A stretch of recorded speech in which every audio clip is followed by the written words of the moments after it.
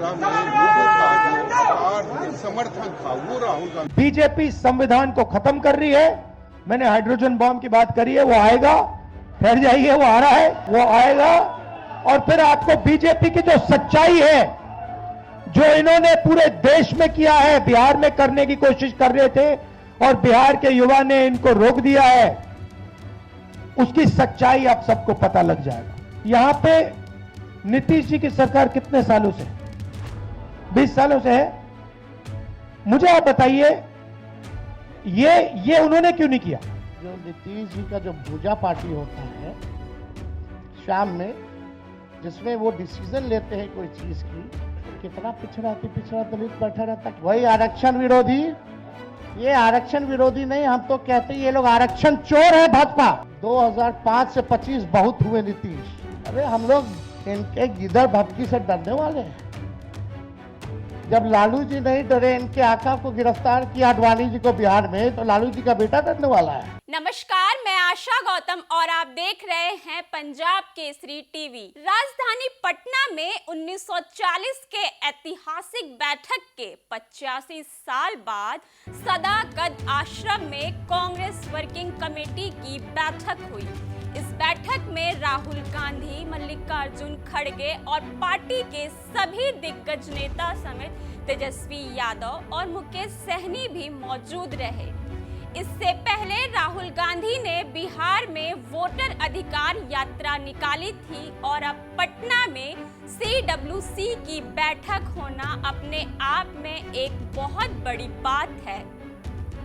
वहीं CWC की बैठक को लेकर राहुल गांधी ने बीजेपी पर जमकर तीखा हमला बोला।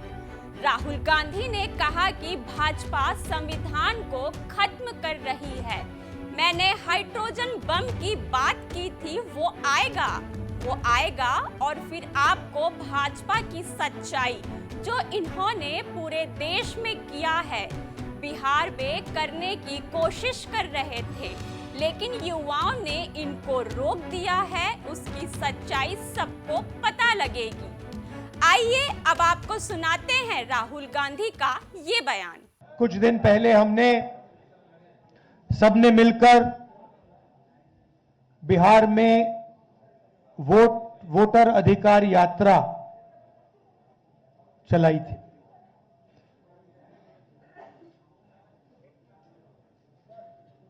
पंद्रह दिन हम अलग अलग जिलों में गए और बिहार के युवाओं को हमने बताया कि इस संविधान पर आक्रमण हो रहा है। सिर्फ बिहार में नहीं, पूरे देश में आपका जो हक है, हर हिंदुस्तानी नागरिक का जो हक है, वो आपसे चोरी किया जा रहा है। और बिहार की जनता ने, बिहार के युवाओं ने अपनी पूरी की पूरी शक्ति यात्रा में डाली और यात्रा सक्सेसफुल हुई। तो इसके लिए मैं आप सबको धन्यवाद करना चाहता हूं, बिहार के युवाओं को और हमारे जो अलायंस पार्टनर्स हैं, आप सबको। सामाजिक न्याय की हम सब बात करते हैं। लोकसभा में मैंने नरेंद्र मोदी जी के सामने दो बातें कही। पहली बात कि पूरे देश में जाति जनगणना होगा, और दूसरी बात जो 50% की रिजर्वेशन की दीवार बना रखी है, इसको हम तोड़ के फेंक देंगे। इन वायदों के पीछे सोच क्या थी? सोच थी कि आज भी इस देश में अति पिछड़ा वर्ग है, दलित हैं, आदिवासी हैं, अल्पसंख्यक हैं, जिनको जितनी भागीदारी मिलनी चाहिए नहीं मिलती है। इस सच को पूरा देश पहचानता है। हम जाति जनगणना करवाना चाहते हैं क्योंकि हम दूध का दूध, पानी का पानी करवाना चाहते हैं और दिखाना चाहते हैं कि इस देश में दलितों की, अति पिछड़ों की कितनी आबादी है, माइनॉरिटीज की, आदिवासियों की, गरीब जनरल कास्ट की कितनी आबादी है पूरे देश को पता लगना चाहिए। वो हमारी विचारधारा है। दूसरी तरफ पता नहीं आपने देखा या नहीं, उत्तर प्रदेश में क्या हुआ आपने देखा? आपने देखा कि उत्तर प्रदेश में अब जात बेस्ड प्रोटेस्ट करना मना है। एक तरफ वो सोच है और दूसरी तरफ हमारी सोच है। आज हम यहां क्यों आए?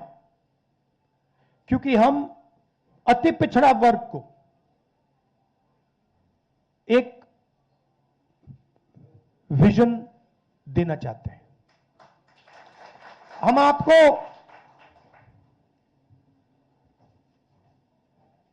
एक विजन देना चाहते हैं जो हमारा विजन नहीं है, पार्टियों का विजन नहीं है, अति पिछड़ा समाज का विजन है। और ये जो हमारे पॉइंट्स हैं, 10 पॉइंट्स हैं, EBC atrocity prevention act, EBC reservation local body में जो 50% की सीलिंग है 9th शेड्यूल में उसे इंक्लूड करना, रिक्रूटमेंट में जो नॉट फाउंड सूटेबल है उसे इलीगल कराना, 5वें नंबर पे डेडिकेटेड कमेटी, जो भी आपके मतलब समस्याएं हैं, ओवर अंडर इंक्लूजन की जो बात है उसको एक कमेटी देखे। जिनके पास जमीन नहीं है, इसको आप अच्छी तरह सुनिए, जो लैंडलेस लोग हैं, SC, ST, EBC, OBC community के जो भी लैंडलेस हैं बिहार में, उनको 3 डेसिमल रेजिडेंशियल जमीन अर्बन एरियाज में देने का काम, ऐतिहासिक काम है ये। आधी सीटें यूपीए के अंदर जो आरटी के लिए हैं वो ईबीसी, एसटी, ओबीसी के लिए रिजर्व्ड होंगी। ये अगला सुनिए, ईबीसी, एससी, एसटी, ओबीसी के लिए गवर्नमेंट कॉन्ट्रैक्ट्स में 25 करोड़ के जो कॉन्ट्रैक्ट्स हैं उसमें 50% रिजर्वेशन।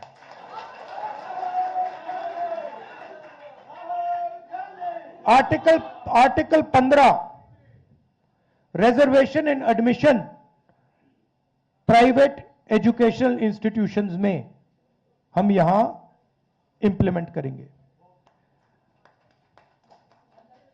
और एक रिजर्वेशन रेगुलेटरी अथॉरिटी जो रिजर्वेशन को देखेगी और इंप्लीमेंट करेगी। अब ये जो 10 पॉइंट्स हैं, ये आप लोगों से पूछकर, आप लोगों से पूछ के, आपके नेताओं से पूछ के, ईबीसी वर्ग के लोगों से पूछ के, महिलाओं से, स्टूडेंट से, इन सब से पूछकर हमने ये डेवलप किया है। ये हम इसको इंप्लीमेंट करेंगे, मगर ये आवाज आपकी है। यहां जो नेता बैठे हैं, मेरे आपके साथ डिस्कशन हुए हैं, आप आए हो, मेरे ऑफिस में आए हो, बैठे हुए हैं यहां पे, और ये आप मुझे बताइए, ये आपने हमें कहा था ना, ये आपने कहा था ना, ये तो ये अति पिछड़ा वर्ग की आवाज है और ये हम इंप्लीमेंट करने जा रहे हैं। एक चीज मैं आपको बताना चाहता हूं, देखिए, ये जो इस स्टेज पे कहा जा रहा है, ये सिर्फ 10 पॉइंट नहीं है।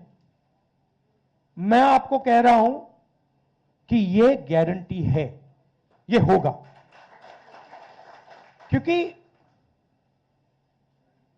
हमारा लक्ष्य है कि बिहार में अति पिछड़ा वर्ग हो, दलित वर्ग हो, पिछड़ा वर्ग हो, सबको सही भागीदारी मिलनी चाहिए, सबकी जगह होनी चाहिए, सबको बिहार में और बाकी हिंदुस्तान में सबको सही जगह रिस्पेक्ट मिलनी चाहिए। सही बात। अब मैं आपसे एक चीज पूछना चाहता हूं, यहां पे नीतीश जी की सरकार कितने सालों से है? 20 सालों से है। मुझे आप बताइए, ये उन्होंने क्यों नहीं किया? ये क्यों नहीं किया उन्होंने? हम आपके साथ बैठे, मीटिंगें की, आपने बताया कि भैया ये करना है, हमने कर दिया। 20 साल उन्होंने ये क्यों नहीं किया? 20 साल के लिए इन्होंने आपको एट्रोसिटी एक्ट क्यों नहीं दिया? 20 साल के लिए इन्होंने कॉन्ट्रैक्ट्स में आपको रिजर्वेशन क्यों नहीं दिया? ये क्या कर रहे थे? एक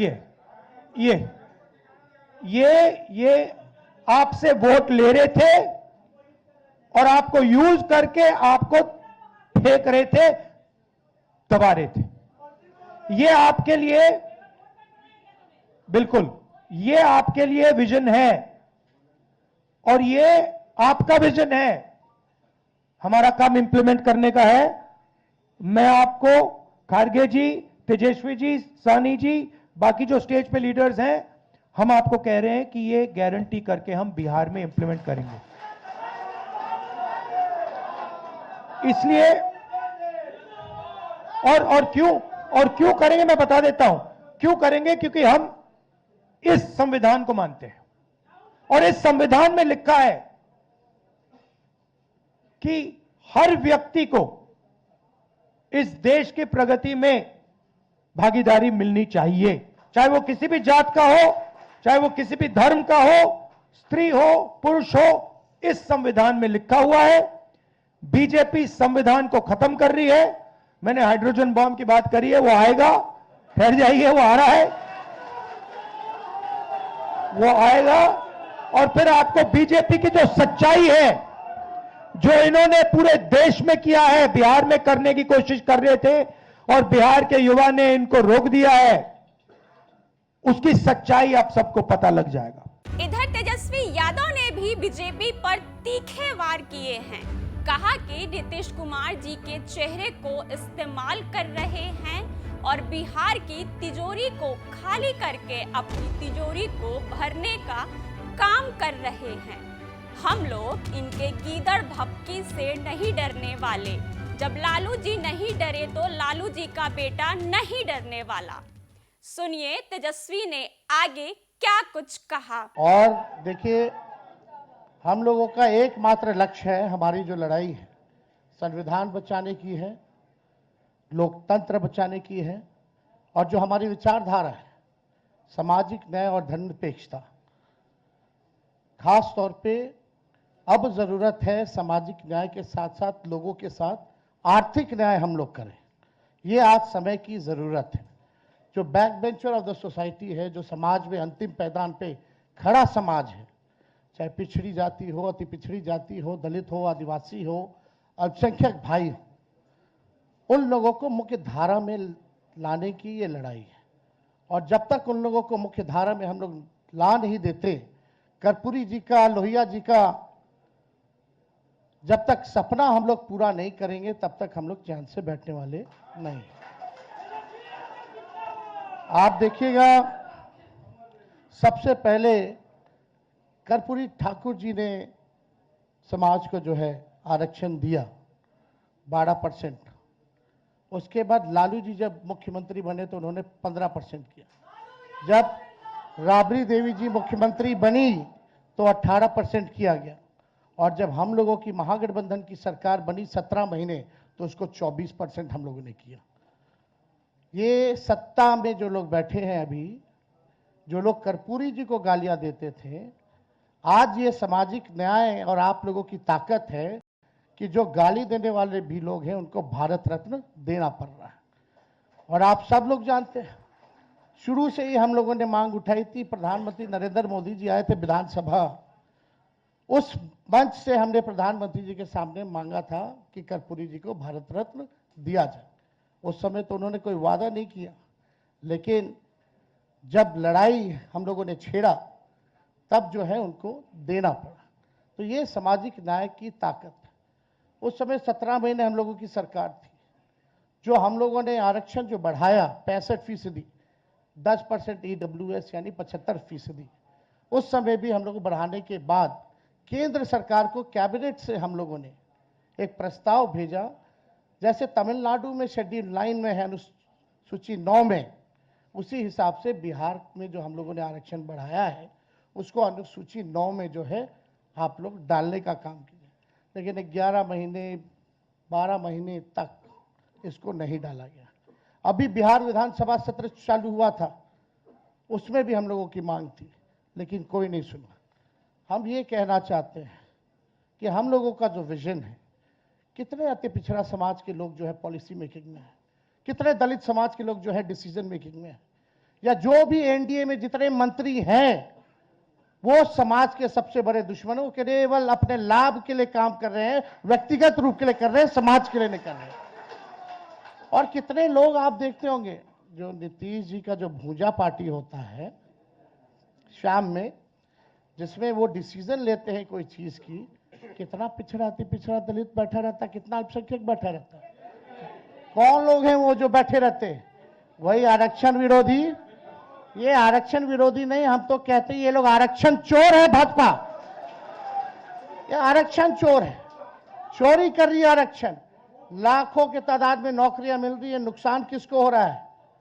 क्योंकि जो हम लोगों ने महागठबंधन ने जो आरक्षण बढ़ाया उसका लाभ अभी किसी को नहीं मिल रहा, फेंक दिया गया है कूड़ेदान में।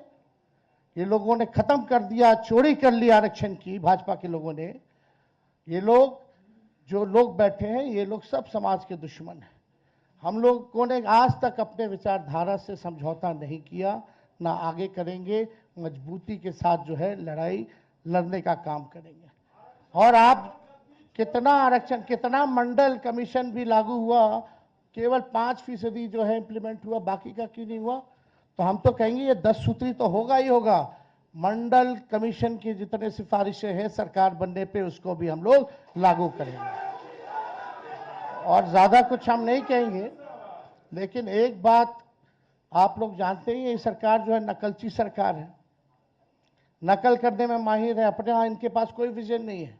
अब हो सकता है आज हम लोगों ने अनाउंस किया है तो इसमें से भी नकल कर ले।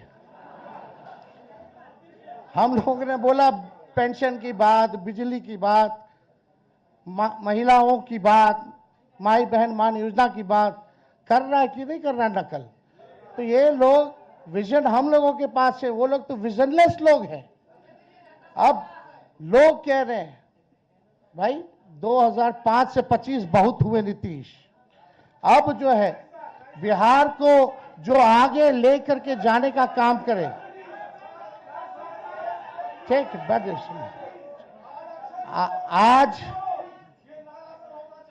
आज बहुत बहुत धन्यवाद आपके सुझाव का। आप सब लोगों को ये हम कहना चाहते हैं कि आज नीतीश जी हाईजैक हो रखे, उनको पता ही नहीं चल रहा क्या है, अचेत अवस्था में। अब बिहार सरकार जो है दो व्यक्ति चला रहे हैं, एक अमित शाह, एक नरेंद्र मोदी।